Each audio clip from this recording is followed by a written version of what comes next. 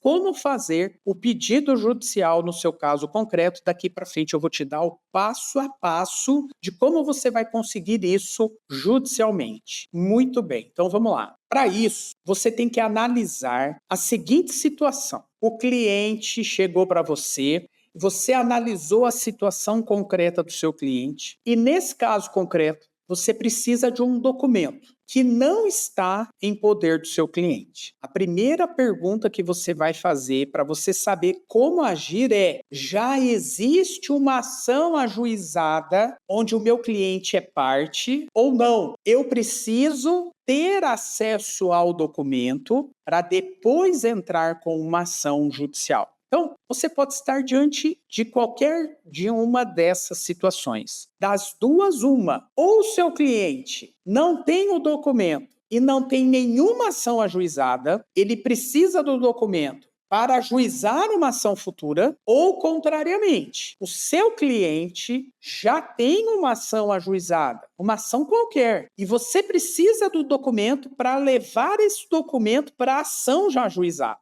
Ok? Só haverá essas duas situações. Então, você está diante do seu cliente, você precisa ter acesso a um documento, e aí você precisa separar o joio do trigo. Você precisa ter acesso ao documento para ajuizar uma ação futura, porque o seu cliente não está demandando ainda, mas ele pretende demandar no futuro, e para demandar no futuro ele tem que ter o documento, ou, contrariamente, já existe uma ação qualquer com o seu cliente já é parte, e você precisa juntar um documento nessa ação que já existe. Ou vai ser uma situação, ou vai ser outra. E nós vamos analisar de agora em diante as duas, ok? Essa é a primeira pergunta que você faz. Já existe ou não uma ação ajuizada em favor ou contra o meu cliente? Resposta: ou existe ou não existe. Então vamos partir da segunda hipótese. Não existe uma ação ajuizada entre o meu cliente e o futuro adversário, mas ele precisa do documento para ajuizar essa ação. O que você vai fazer nessa situação? Qual é o caminho que você tem para que o documento seja exibido? Tá bom? Ainda não existe nenhuma ação envolvendo o seu cliente, nenhuma ação principal já ajuizada. Não, a ação a ser ajuizada, ela será no futuro e para isso precisa do documento. Então, se não existe uma ação ajuizada e você precisa ter acesso a um documento justamente para entrar com a ação, há dois caminhos para que você consiga a exibição desse documento. Quais são os caminhos? O primeiro, você vai ajuizar, antes da ação principal, você vai ajuizar uma ação probatória autônoma fundamentada no artigo 381, inciso 1 e 3 do CPC. E lá, na ação probatória autônoma, você vai pedir para o juiz a produção de uma prova. Que prova exibição do documento ou coisa, ok? Então, como o seu cliente ainda não tem nenhuma ação ajuizada, mas ele precisa de um documento, para que você tenha acesso a esse documento, você ajuiza uma ação probatória. Então, vou dar o exemplo. O mesmo acidente de trânsito que eu tive hoje, vindo aqui para casa, na frente da farmácia. Eu quero, no futuro, ajuizar uma ação contra o causador do acidente. Quem causou o acidente, quem agiu com culpa. Só que para que eu ajuize essa ação, eu não tenho nenhuma ação contra ele. Eu conheci ele hoje na vida, na hora do acidente, na hora do ato ilícito. Eu nunca tinha visto aquela pessoa na minha vida. Eu não tenho nenhuma demanda contra ele ajuizada. Eu pretendo ter no futuro, mas eu quero ter acesso a um documento antes, a exibição das imagens do vídeo que aquela câmera da farmácia tem. O que eu vou fazer? Eu vou ajuizar uma ação probatória autônoma. Para quê? Para produzir uma prova. Que prova? A exibição do documento, que nesse caso é o vídeo. Contra quem eu vou ajuizar a ação probatória autônoma? Para produzir essa prova, eu vou ajuizar contra quem detém o documento. Ele que vai exibir. Então tem que ser contra ele. Eu já notifiquei ele extrajudicialmente, ele não entregou. Agora eu vou ajuizar a ação. Ação probatória autônoma. Vou fundamentar no artigo 381, inciso 1 e 3. Vou colocar a farmácia no polo passivo, porque é ela que detém o documento. É só ela, professor, que vai estar no polo passivo da ação probatória autônoma? Não. Eu não quero ajuizar a ação contra quem causou o acidente. Essa pessoa contra quem a prova será produzida, essa pessoa também tem que estar no polo passivo da ação probatória autônoma. Então, nesse exemplo, terá um litisconsórcio passivo necessário. Quem estará no polo passivo? A farmácia, a pessoa jurídica que detém o documento a ser exibido, e o meu futuro adversário na ação de indenização, a pessoa que causou o acidente, porque é contra ela que eu vou usar a prova. Ambos estarão no polo passivo da ação probatória autônoma. Vou fundamentar, o pedido é a produção da prova. Como é uma ação autônoma, tem que ter todos os requisitos do artigo 319, e lá no pedido, na causa de pedir, eu tenho que expor qual é a razão para ajuizar a ação probatória autônoma. Eu vou dizer, olha, eu quero ajuizar uma ação probatória autônoma, para quê? Para que fique exibido um documento. Fundamentado, portanto, nesse documento, ou eu vou ajuizar uma ação ou não. Então, eu vou fundamentar no 381, inciso 3. Eu quero o documento, a captação da imagem do acidente. Por quê? Porque se o documento que eu tenho acesso pela exibição, se ele é um documento que demonstra que o meu futuro adversário que causou o acidente agiu com culpa, eu vou ajuizar uma ação contra ele. Agora, se o documento comprovar que ele não agiu com culpa, eu não vou ajuizar ação nenhuma. Isso é o que justifica a ação probatória autônoma. Nessa causa de pedir, eu tenho que colocar para o juiz da ação probatória autônoma qual é o fato que eu quero provar. Então, eu vou colocar lá, eu quero a exibição do documento, do vídeo, porque eu pretendo no futuro ajuizar uma ação de indenização. Para quê? Para a exibição do documento provar a conduta ilícita e culposa praticada pelo réu, que deu causa ao acidente. Então, você está dizendo qual fato você quer provar. A culpa do acidente. Você tem que identificar o documento a ser exibido, a imagem captada pelo sistema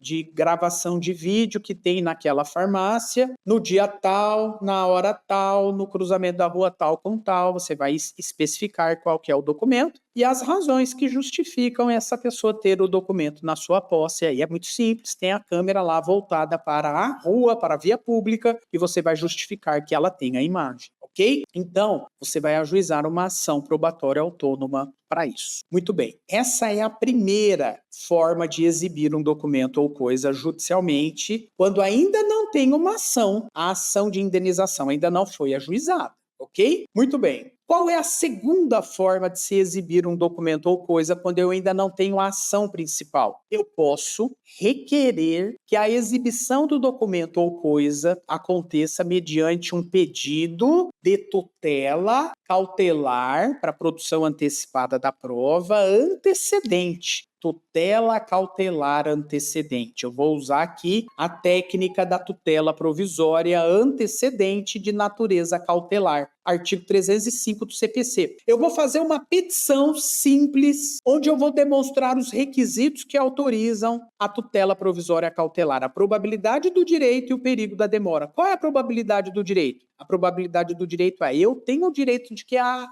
imagem seja exibida. O ordenamento jurídico brasileiro me permite ter acesso a essa exibição de documento, a esse vídeo. Qual é a natureza que cautelar? A probabilidade do direito, que eu já disse, e o perigo da demora. Qual é o perigo da demora? A câmera pode ter um sistema em que a imagem ela não fica gravada por mais de 5 dias. A imagem vai ser autodestruída pelo próprio sistema. Eu tenho urgência na concessão dessa liminar. E aí eu apresento uma tutela provisória antecedente de natureza cautelar. Presentes os requisitos que autorizam a tutela cautelar, a probabilidade do direito e o perigo da demora, presentes esses requisitos, o juiz concede a liminar. E aí eu vou ter o prazo para emendar a petição inicial e trazer todos os elementos da ação de indenização.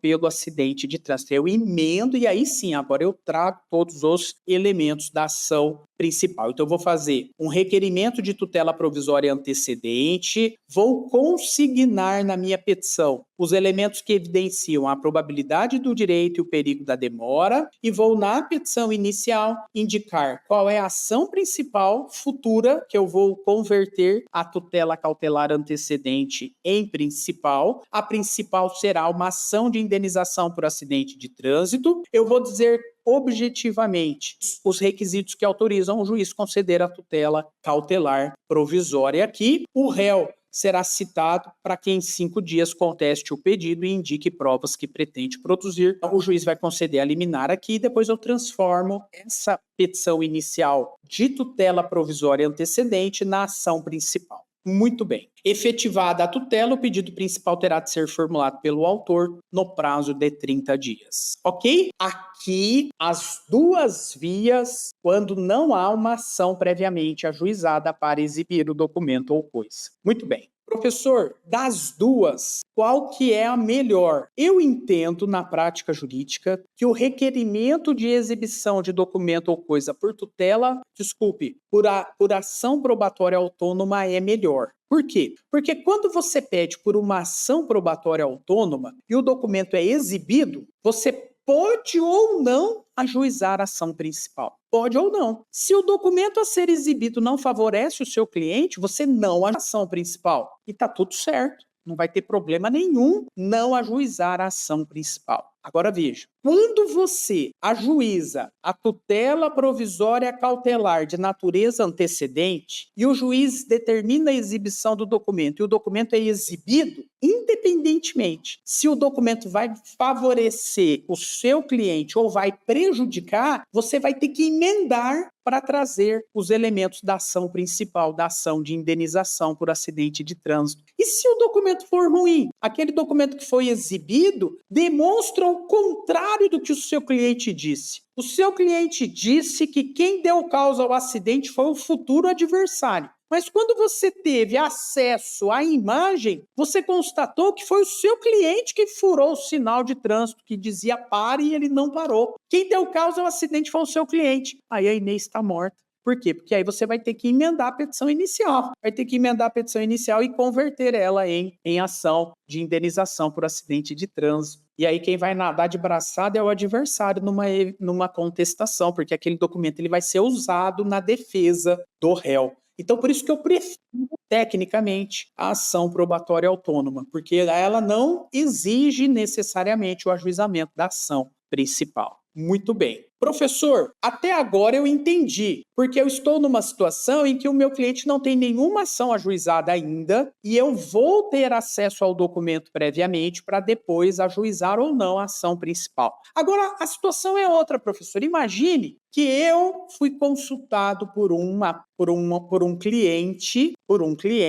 e esse meu cliente já tem uma ação ajuizada. Imagine que esse seu cliente, ele já é autor de uma ação de indenização por acidente de trânsito, ou ele já é o réu de uma ação de acidente de trânsito. Ele já tem uma ação ajuizada. E você que advoga para ele, você precisa que um determinado documento que o seu cliente não tem, que esse documento seja exibido nessa ação que já existe. No nosso exemplo, nessa ação de indenização por acidente de trânsito que já está rolando. Bom, a partir do momento em que você está diante dessa situação, em que já existe uma ação ajuizada entre as partes, aqui você tem que fazer uma nova pergunta, que é a seguinte: bom, já tem a ação principal ajuizada. E agora eu, advogado, eu quero levar um documento para dentro da ação, um documento que ainda não está na ação. A segunda pergunta que você vai fazer nessa situação em que já existe uma ação ajuizada, a segunda pergunta é a seguinte: quem tem o documento? Esse documento que eu quero que seja exibido está na posse de quem? E aí são duas as possíveis respostas. Ou o documento está na posse do adversário, ou o documento está na posse de um terceiro. Repetindo,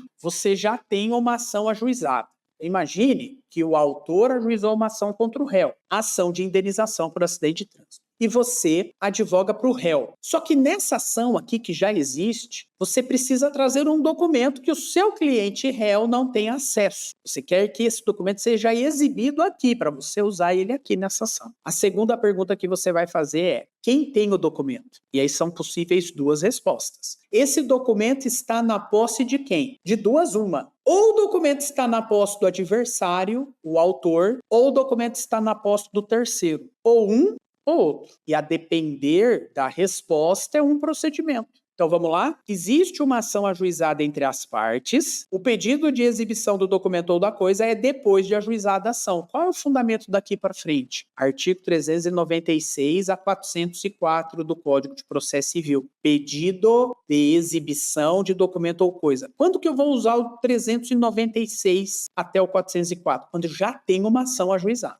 Aí você vai analisar quem está em documento. De duas, uma, ou o documento está em poder do adversário, ou o documento está em poder do terceiro. Não tem outra resposta. Ou está em poder do adversário, ou do terceiro. E aí é muito simples. Olha só, se você está aqui advogando para o réu e o documento está em poder do autor, ou vice-versa. Se você advoga para o autor e o documento está em poder do réu, do adversário, você vai fazer um pedido incidental nos próprios autos da ação de indenização por acidente de trânsito. O pedido aqui é um pedido feito dentro da ação, daquela ação que já existe. Por quê? Porque o documento está em poder do adversário.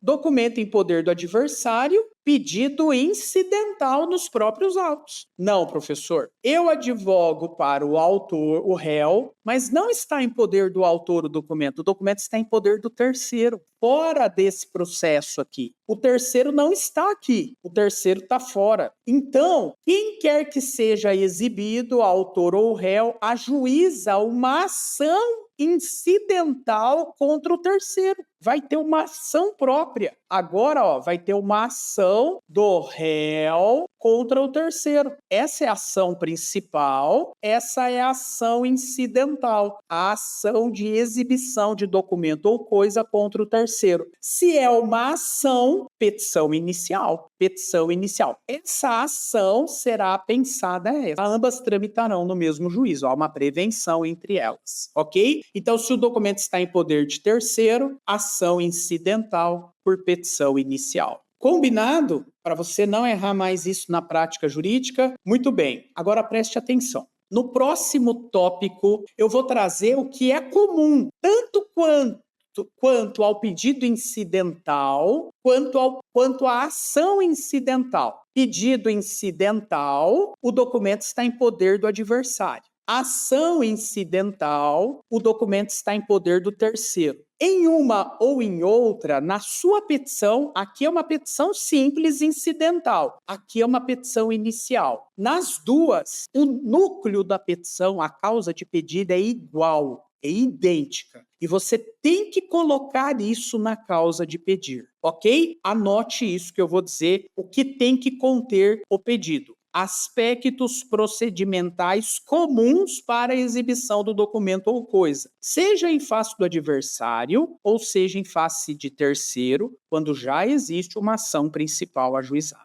Muito bem. O que tem que ter em comum, professor? Tanto numa como na outra. As formalidades da causa de pedir. Aonde está isso no 397? O que significa isso? Olha, nos meus 21 anos de magistratura, inúmeras vezes eu analisei essa petição. Uma petição para exibição de documento ou coisa. E na maioria absoluta, seja num pedido incidental, porque o documento está em poder do adversário, seja numa petição inicial, porque o documento está em poder do terceiro, na maioria das vezes, quando eu analisava essa peça, esse pedido de exibição de documento ou coisa, eu analisava e determinava uma emenda do pedido, uma emenda da petição. E por que eu determinava uma emenda? Porque tem que ter causa de pedir específica e a maioria, na prática, esquece de colocar isso na petição. Se você vai pedir para o juiz para que haja uma exibição de documento, seja contra o adversário do seu cliente, seja contra o terceiro, a causa de pedir é idêntica e tem que ter 3 requisitos que não pode faltar nessa peça. Que requisitos são esses? Anotem aí. Primeiro, eu já disse, mas vou repetir. Você tem que individualizar qual é o documento a ser exibido. Não pode ser um pedido genérico, exibir documentos. Que documento, cara pálida, você quer que seja exibido?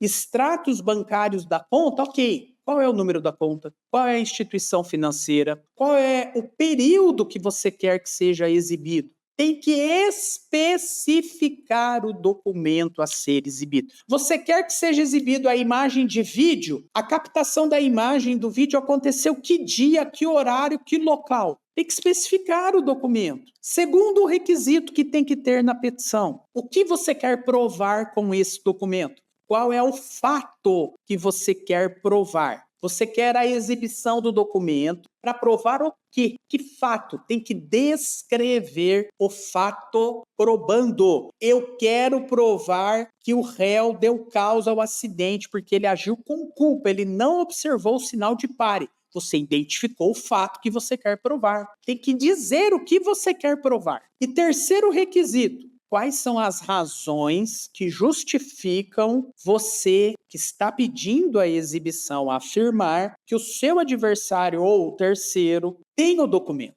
Tem o documento, beleza? Isso tem que ter na petição. Seja na petição incidental, exibição do adversário, seja na petição inicial, exibição pelo terceiro. Ok? Se o documento estiver em poder do terceiro, você vai fazer esse pedido nos autos principais, nos autos da ação de indenização por acidente de trânsito. Se quem tem o documento é o terceiro, é o adversário. Se quem tem o documento é o adversário, você vai fazer o pedido de exibição de documento ou coisa nos próprios autos da ação principal. Não. Quem tem o documento é o terceiro, não é o adversário. Aí o pedido não é incidental, é uma ação que você vai ajuizar contra o terceiro. Ok? Muito bem, muito bem. Segundo ponto comum, tanto o adversário, pedido incidental, quanto o terceiro, ambos podem recusar a exibir o documento. E as causas que justificam a recusa estão no artigo 404 do CPC. Recusa em exibir o documento. Que situação o terceiro ou o adversário pode recusar a exibir o documento? Quando esse documento, segundo o Código de Processo Civil, for concernente a negócio da própria vida familiar. Ele está autorizado a não exibir legalmente. Quando a exibição apresentar violação do dever de honra, bem subjetivo isso, né? Violação do dever de honra. Ou quando a publicidade do documento causa desonra ou ao terceiro ou ao parente desse terceiro que tem o documento ou representa perigo de ação penal, um crime, também não vai exibir. Ou o documento que deva ser exibido tem o resguardo da guarda por segredo, né, em razão da profissão. Então, em razão da minha profissão, eu terceiro, eu adversário, não posso exibir esse documento. Em razão aqui da guarda do segredo, em razão da profissão que eu assumo e que eu não posso, por um dever profissional, exibir o documento. Aí, ok, a lei autoriza que a pessoa não exiba. Ok? Muito bem. Não admite a recusa quando o requerido tem a obrigação legal de exibir o documento, quando o adversário ele menciona o documento e que o documento está na posse dele, ou quando o documento for comum para ambas as partes, só que uma das partes não tem mais o documento. Nessas circunstâncias, não se admite recusa em exibir. Ok? Muito bem. Agora que nós vimos os aspectos comuns, nós vamos ver as diferenças entre exibição de documento ou coisa, quando quem vai exibir é o adversário, e exibição de documento ou coisa, quando quem vai exibir é um terceiro.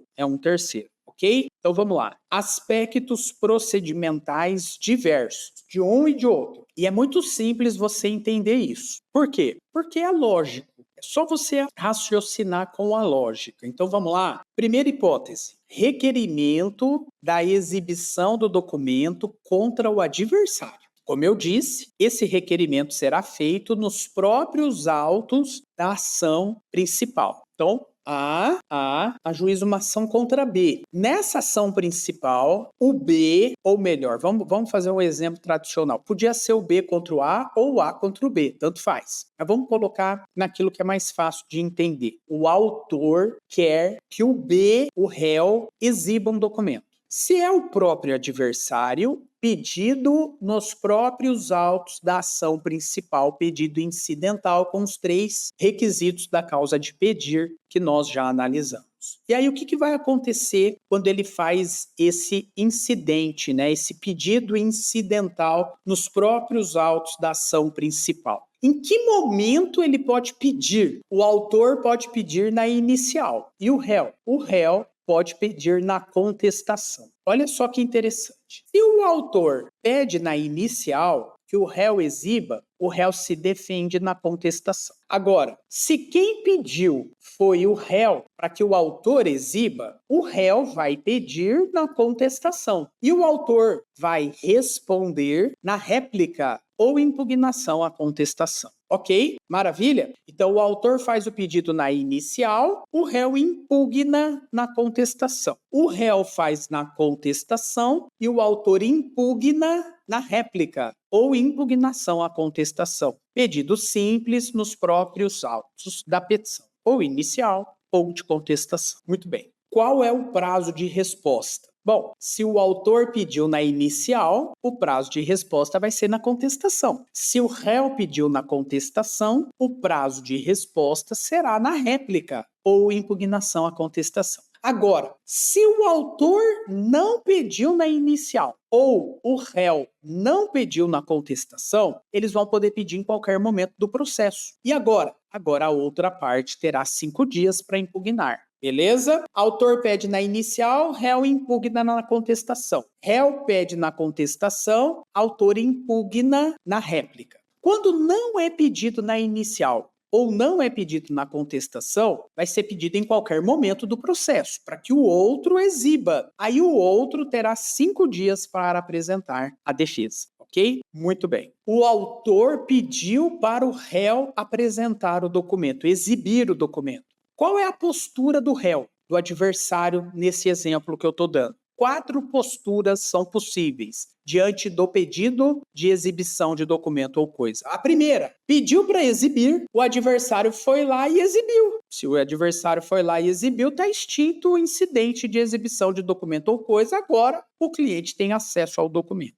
Segundo, o autor pediu e o réu na contestação fica inerte. Não exibe, não faz defesa, fica inerte. Se o adversário permanece inerte diante do pedido de exibição de documento ou coisa, o juiz vai conceder um prazo de 5 dias para ele exibir. Você tinha 5 dias aí para se manifestar ou tinha o prazo para apresentar a defesa e não apresentou. Já que você ficou inerte, então agora você exibe em 5 dias. Se ele exibe nos 5 dias, está extinto o incidente e o cliente teve acesso ao documento. Agora a questão é a seguinte: ele tinha o prazo para manifestar, o adversário, e ele não manifesta. Fica silente, não apresenta defesa, fica lá, quietão, sem movimentação no processo. Finge ignorância. Passou o prazo e ele permaneceu inerte? Sim, não exibiu. E aí passou o prazo. E agora? Bom, agora que passou o prazo e ele não exibiu de 5 dias, aquilo que o autor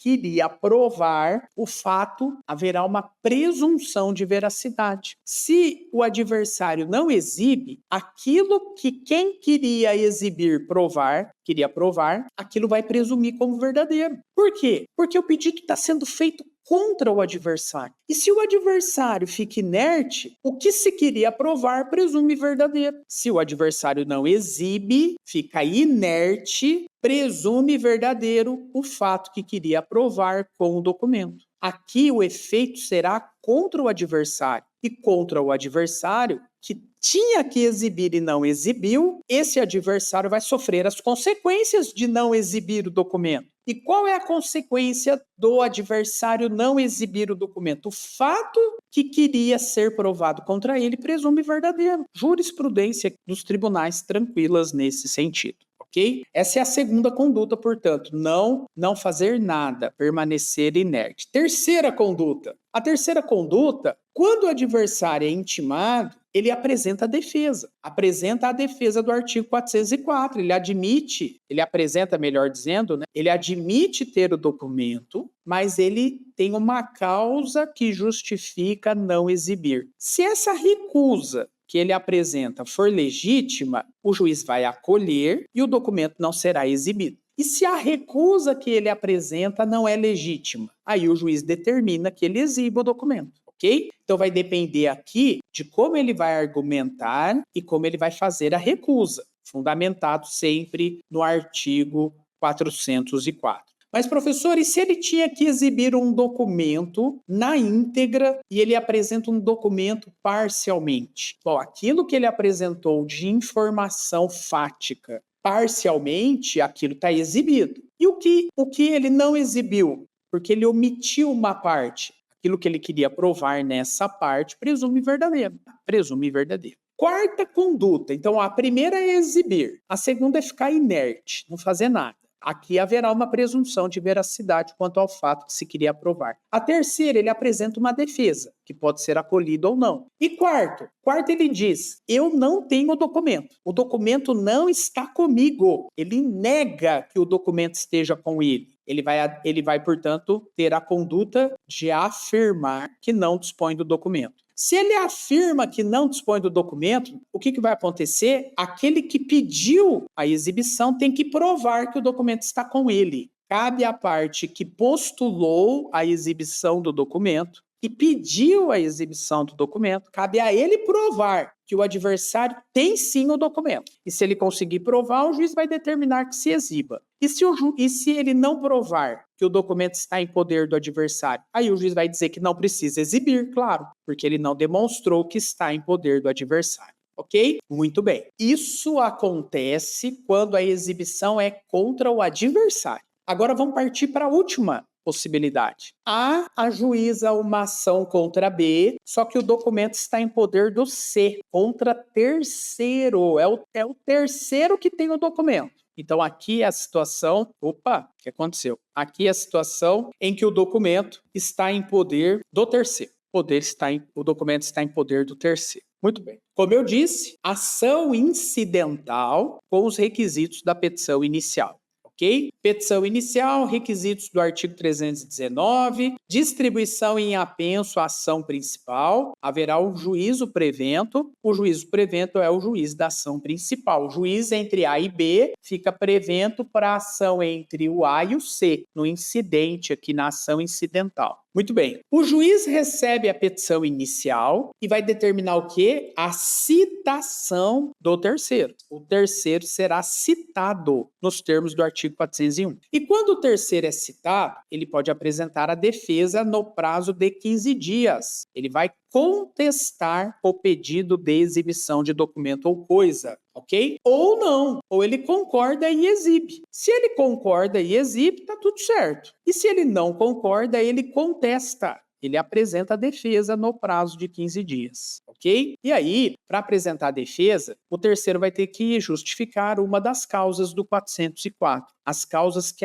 autorizam a recusa em exibir o documento. E se ele alega, professor, que o documento não está em poder dele? O autor da ação incidental, que é quem quis a exibição do documento ou coisa pelo terceiro, vai ter que provar que o documento está na posse desse terceiro. Se prova e o juiz determina que o terceiro exiba, o terceiro terá que exibir. Se não prova, o juiz isenta o terceiro de exibir. Ok? Agora um ponto importante. O processo vem concluído para o juiz e vamos imaginar que esse terceiro, ele fica inerte ou ele apresenta uma defesa. E a defesa não é acolhida. Então, o juiz determina que se exiba o documento pelo terceiro. Então, veja aqui, o terceiro foi condenado a exibir o documento. E o juiz vai conceder um prazo de 5 dias para que o terceiro exiba. A defesa do terceiro não foi acolhida. O que vai acontecer se esse terceiro não exibe o documento, mesmo determinado pelo juiz que se exiba? Então, veja, Eu tenho uma ação entre A e B. Aí, o A, que é o autor, vamos imaginar, fez um pedido incidental, o A fez um pedido incidental para o C, para que o C exiba o documento aqui, na ação principal entre A e B. Por que o A quer o documento aqui? Para provar alguma coisa contra o B. Contra o B. O fato a ser provado é contra o B. O C, que é o terceiro,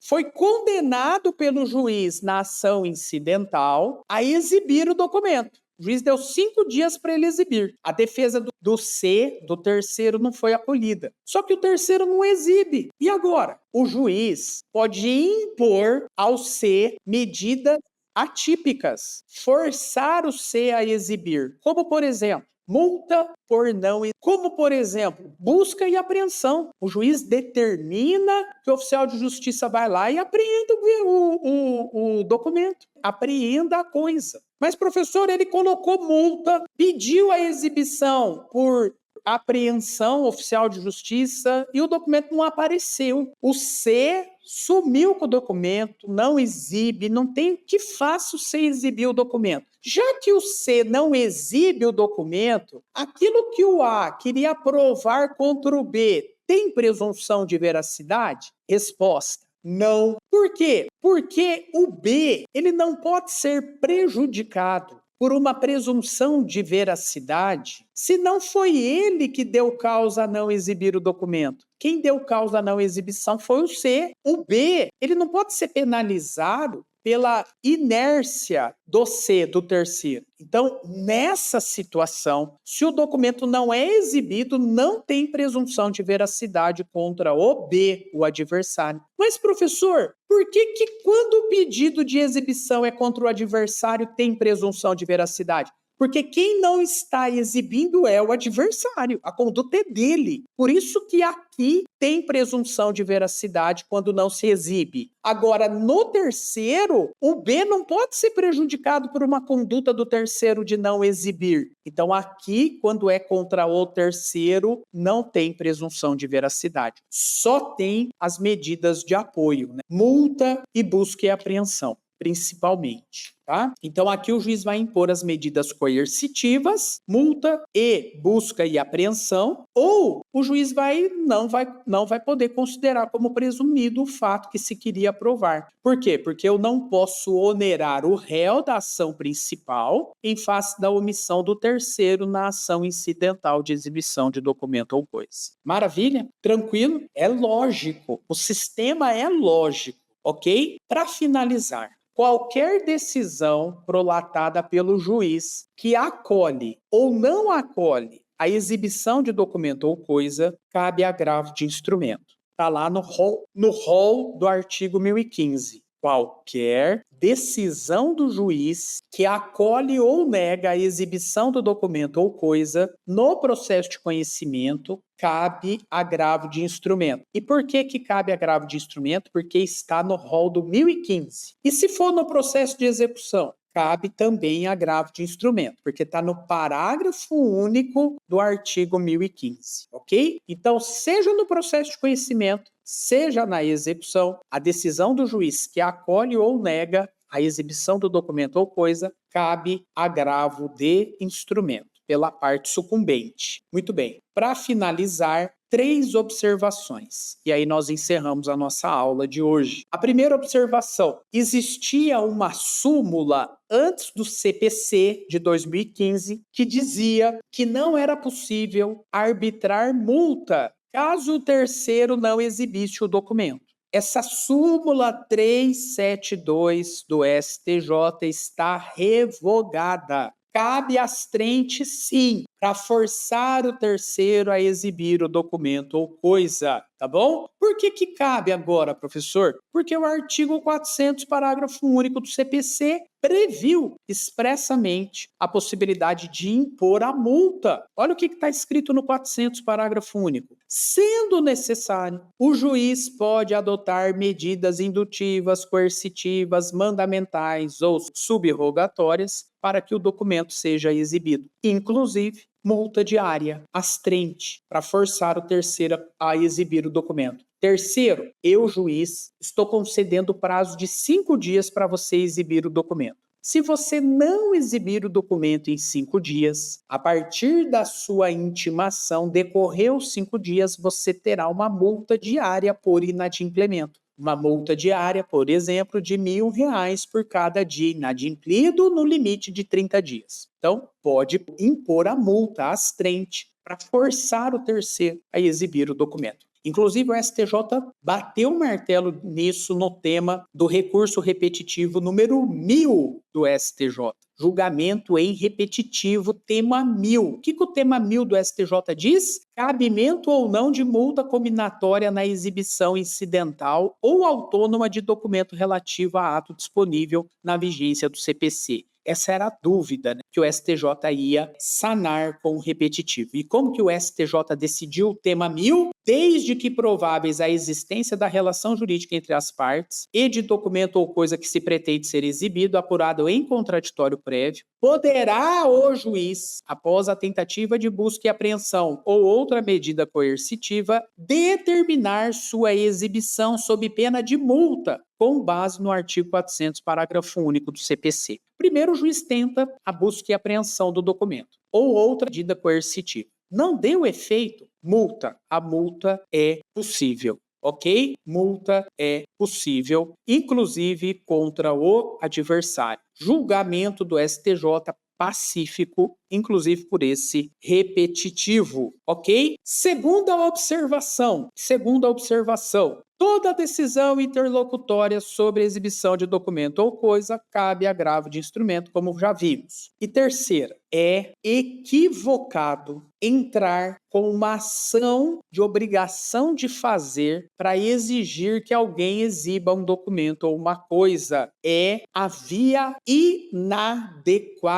Ação de obrigação de fazer com pedido de tutela provisória para exibir documento ou coisa é via inadequada para a exibição do documento ou coisa. Nós vimos. Se ainda não tem uma ação ajuizada, a via adequada é a ação probatória autônoma ou uma tutela cautelar antecedente, ok? Pelo menos no TJMS, se ajuiza uma ação de obrigação de fazer com pedido liminar para exibir um documento, a obrigação é exibir o documento, o TJMS considera a via inadequada, tá? E extingue a petição inicial. Então, nunca fazer uma ação de obrigação de fazer com pedido de tutela provisória. Não. Ação probatória autônoma ou ação cautelar probatória antecedente. Combinado?